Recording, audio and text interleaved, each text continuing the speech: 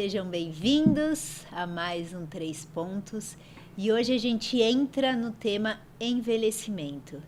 E aí a gente começa a criar uma percepção de que a gente tem uma população muito mais velha, com mais idade do que a gente imagina. A nossa pirâmide inverteu e às vezes a gente não tem essa consciência. E quando eu falo que não tem essa consciência, somos todos nós. Até a forma que a gente enxerga as pessoas com mais idade, o comércio, até as atividades de entretenimento para esse pessoal. Então, assim, tem um campo que a gente ainda não trabalhou e que a gente precisa olhar porque somos muitos. E para falar sobre envelhecimento, a primeira pessoa que a gente vai conversar é o Dr. Fábio Santana, que é meu compadre, meu amigo, que amigo eu tenho de uma vida já, de né? uma vida e de outras, provavelmente. Outras, provavelmente, né? Madrinha da minha filha. Exato, compadre, Muita honra, irmã, né? da Ju. Irmã da Ju. Seja super bem-vinda, Fá. Obrigado. É uma honra ter você aqui. Você sabe o quanto eu te admiro, né? Dr. Fábio Santana é geriatra, atende aqui em Mogi, atende em São Paulo. É um médico da nossa família. Eu falo, a minha família tem muitos médicos e aí sempre quando alguém tem uma coisa, chama o Fábio. Então eu falo, então realmente o bichinho é bom. Esse carinho, né, esse respeito é recíproco, né? Então a gente aí tem é que competência, ajudar Porque médico, para confiar em médico, eu falo, olha... é muita competência aliada a essa amizade que a gente trata com carinho, né? E aí, Fá, a gente falando sobre envelhecimento, né? Na sua visão, assim, o que é envelhecimento para você? Eu fiquei pensando, né? Foi até bom você ter me chamado para falar desse tema, porque geralmente quem procura o geriatra, ele está procurando, na verdade, uma correção de vários problemas de saúde que foram se acumulando durante a vida. A pessoa chega no meu consultório 70, 80, 90 anos, já com uma carga de doença muito grande, né? Então, eles vão atrás de uma saída mágica, ou de uma pílula, ou de um remédio. E a gente percebe no dia a dia do consultório que eles não se prepararam para estar com essa idade, né? Tem até uma autora muito conhecida, Ana Cláudia Quintana, né? Que é famosa, né? Pelos livros. Sou muito fã dela. É muito, assim, ela tem uma... E ela comenta sobre isso, né? Se a gente fosse fazer, assim, nós dois temos 40 anos, mas vamos supor, né? A gente convida um grupo de... Eu tenho 30. Eu tenho 30. Mentalmente eu tenho 20. E aí nem isso faz. A gente convida um grupo de pessoas, faz um pacto agora, né? Vamos colocar, vamos fazer uma proposta. Daqui, nós estamos todos com 40. Quando tiver 70 anos, a gente vai mudar para o deserto do Saara, né? E aí as pessoas, tá bom, mas eu não quero ir de jeito nenhum. Você não é um querer, você vai e pronto. A única forma de você não estar no deserto do Saara com 70 é que se você morrer antes. Senão você vai ter que estar lá. E aí o que acontece? Quando as pessoas mudam para o deserto do Saara quando estão 70 anos, chegam lá e falam, nossa, não sabia que ia ser tão quente. Eu não trouxe água. Eu não trouxe protetor solar. Chega à noite e fala, nossa, isso aqui está muito frio. Eu não trouxe cobertor. No deserto fica frio à noite. E as pessoas não se preparam para estar com 70 anos, com 80 anos, né? Não cria que a gente usa muito na geriatria, uma reserva funcional. O que é reserva funcional? Todos nós vamos ter um declínio. Todos os órgãos, né, nossos, o cérebro, a pele, tudo a gente percebe que tem um declínio conforme a idade passa. Só que se a gente tem essa reserva funcional, a gente vai passar por um momento, às vezes, de doença e não vai sentir tanto. Você pode ter uma pneumonia, você pode ter um AVC, um infarto e passar por ele, né? Sem ficar frágil, que esse é a meta do geriatra, é não deixar a pessoa se tornar frágil, né? Então, adoecer faz parte da vida. Então, você ter um envelhecimento saudável não quer dizer que você não vai ter doenças. Então, essas doenças precisam ser bem controladas e bem diagnosticadas, né? E bem tratadas também, porque a gente vê que tem um monte de idosos que estão tomando medicações inapropriadas. Que então, tem muito da automedicação também, né? Aquilo, o vizinho fala, isso aqui foi bom para mim, vai ser bom para você. Minha irmã ou minha amiga toma, eu vou tomar também. Vou tomar também, fez bem para mim, talvez faça bem para você. E a gente sabe que cada organismo tem a sua idiosincrasia, né? É um mundo à parte, né? Então, e a gente precisa entender isso, quanto mais cedo a gente aprender que a gente precisa ter essa reserva funcional, mais a gente vai se cuidar do corpo, né? cuidar do corpo de uma forma geral, né? Não é só o corpo, é a parte emocional, é a parte espiritual. Então, a gente tem que levar isso, né? Tem que começar o quanto antes, né? A gente atinge o nosso ápice físico, mental, emocional, talvez com entre 30 e 40 anos. E aí, depois, a gente vai, às vezes, relaxando nisso. A gente não vai se cuidando, não vai se dando conta de que a gente precisa cuidar e pensar que a gente vai envelhecer. Né? Só para a gente ter uma ideia, em 2015, tinham 7% de idosos na população brasileira. Em 2030, isso vai passar a 14%, vai duplicar. Né? Então, olha o problema que isso que você comentou, de você incluir esse idoso na sociedade, no mercado de trabalho, ter maneiras de você ver a parte social, isso quanto que vai trazer também de modificação na cidade, dos cuidados com as ruas, né? Então, tudo isso vai ter que ser bem preparado e a gente não está preparado. O Brasil, infelizmente, não é um bom lugar para se envelhecer, né? A gente não tem essa consciência. Não tem essa consciência, né?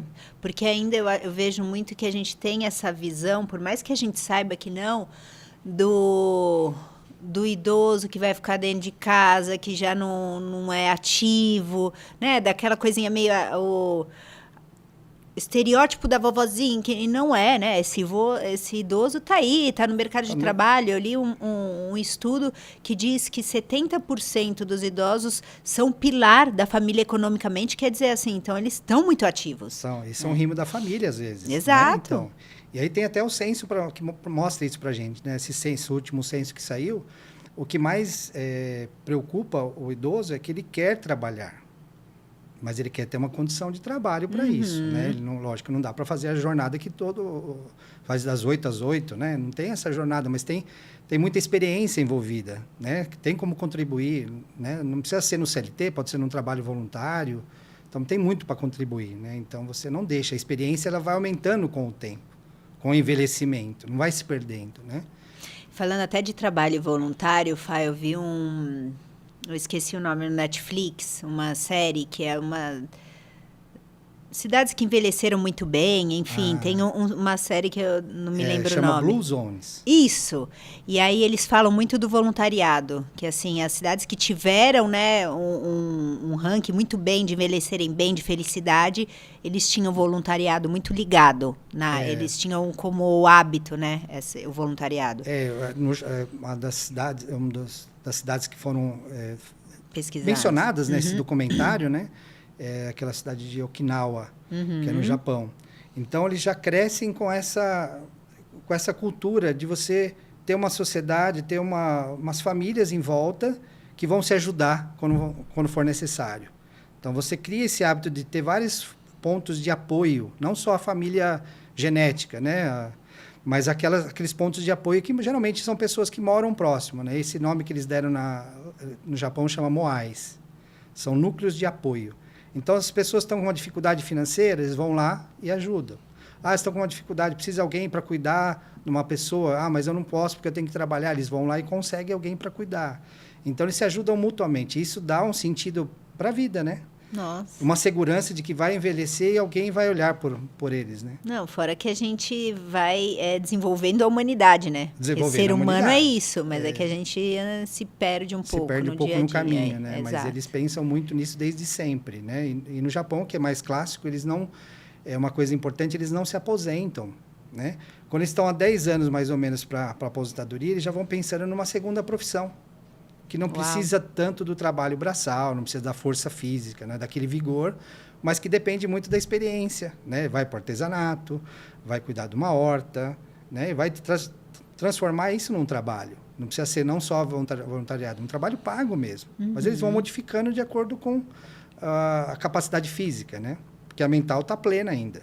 Né? Quantas pessoas a gente não conhece com 70, 80 e que trabalham, estão aptas a trabalhar, só que o mercado não absorve isso, né? E tem uma senhorinha do meu consultório, passou acho que semana passada, ela chama Angelina. E até hoje ela trabalha, ela tem 89 anos. Oi? E a primeira pergunta que ela fez para mim, ela falou, a senhora acha que eu devo trabalhar ainda? Eu falei, olha, a senhora está tão bem com 89 anos, tão plena, tão alegre, a senhora acorda com vontade de ir para o trabalho? Eu perguntei para ela, ela falou, eu adoro ir para o trabalho. Quando chega um feriado, ela fica deprimida, porque ela fica 4 dias em casa. Então, continue, por favor, continue no seu trabalho, que esse trabalho faz muito bem para você. Né? Então, e a gente também tem a noção que faz bem, né? A gente se perguntar, e eu acho que principalmente com mais idade assim, as pessoas, o que me faz bem? O que eu quero fazer? eu quero, ir atrás disso, né? Porque sempre é tempo de fazer o que se gosta, fazer o que a gente se sente bem. E aí vamos lá. Primeiro ponto. Sim. Sobre envelhecimento que você quer compartilhar com a gente. Olha, o primeiro ponto que eu quero contar é, assim, daqueles 3 pontos, né? Dos 3 pontos. Olha, são os 3 pilares fundamentais para envelhecer, ter um envelhecimento ativo, né? O idoso, ele faz parte desse envelhecimento. Ele não pode delegar isso para o médico ou delegar isso para o governo, por exemplo. Que o governo dê a medicação para mim ou para o médico ser responsável por gerenciar isso. Tem que ser aquela atitude mais ativa possível. Protagonista. Né? Protagonista do seu envelhecimento, desde sempre. E a primeira coisa que você tem que fazer é a alimentação. Né? Se a gente ingere produtos de má qualidade, ultraprocessados, isso vai gerar um neurotransmissor de má qualidade, uma enzima de má qualidade. Então, seu cérebro vai funcionar mal, seu coração vai funcionar pior. Então, tudo que você põe para dentro de coisas ruins, você vai gerar... Você vai colher coisas ruins, né? Hormônios ruins, tudo vai ser genérico que a gente fala, né? A gente não gosta do produto genérico, mas a gente põe para dentro muita coisa de má qualidade e quer esperar um resultado bom. Não, eu sempre gosto de falar sobre essa questão da alimentação, porque às vezes a gente come coisas que não são legais, a gente fala, mas é tão gostoso, come. E aí a gente não tem a consciência de o quanto isso está fazendo mal para o nosso corpo, só que a gente vai plantar, né, colher o que a gente plantou. Vai colher o que... Não tem jeito. Então, mas assim, eu não gosto de comer produto integral. Tá bom, mas você vai colher um preço lá na frente. Né? Então, assim, eu plantei morango, quero colher abacaxi. Não dá. Não vai dar certo, né? Vai vir, né? Vai vir morango. Tipo... mas tem gente que come tudo errado, toma cerveja, fuma, tem vários vícios e está com 90, 100 anos. Mas isso é exceção à regra, não é a regra, né? Aí a gente então, pega a gente um pega caso, um caso isolado em, sei lá, em 1 milhão de pessoas e quer que isso se torne uma verdade para você. Né? Então, você tem que se policiar em relação a isso. A gente, né, tem que fazer nós, o tempo todo. Né? O segundo pilar é a atividade física. Né? Nós temos membros superiores, membros inferiores e temos muitas articulações. Né? E a gente não pode deixar que isso enrijeça. Né? A gente tem que trabalhar. Eu vejo muito idoso, porque é uma coisa que até me corrige, assim, se não tem jeito para isso, com muita dor. E normalmente isso que você traz de articulação. Realmente, quando a gente envelhece, não tem jeito, dor vai ter. Como é que é isso? A dor você tem como tratar, né? Mas a principal forma de prevenção da dor, das doenças osteoarticulares, é você se movimentar. Exercício. Não precisa ser o movimento, assim, não precisa ser o maratonista, não precisa ser o halterofilista, né?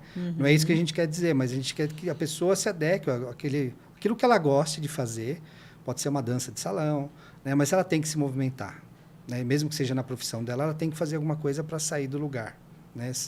Sedentarismo é um dos piores, assim, a OMS ela declara que é o pior mal para você combater, mais do que o diabetes, do que o colesterol, você tem que combater o sedentarismo. E a gente trabalha muito sentado. Né? A maior parte do tempo, eu como médico, a gente tem que se policiar mais ainda.